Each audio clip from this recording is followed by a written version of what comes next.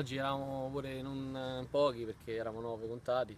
Partita era importante fare punti, veniamo dalle sconfitte, quindi avevamo bisogno di questo. Sono contento che è venuto in campo, ha dato tutto. Sì, abbiamo giocato inizialmente un bel primo tempo, poi eravamo pochi, fisicamente siamo un po' calati, però la prestazione è positiva e sono contento tutto per loro, per chi non molla mai.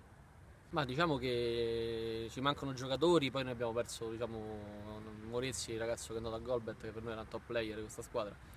Però ci mancano giocatori tipo Lanzi, giocatori per noi importanti. Se siamo tanti e siamo tutti possiamo fare bene, perché comunque noi siamo insieme all'Hammers la squadra più vecchia di questo campionato.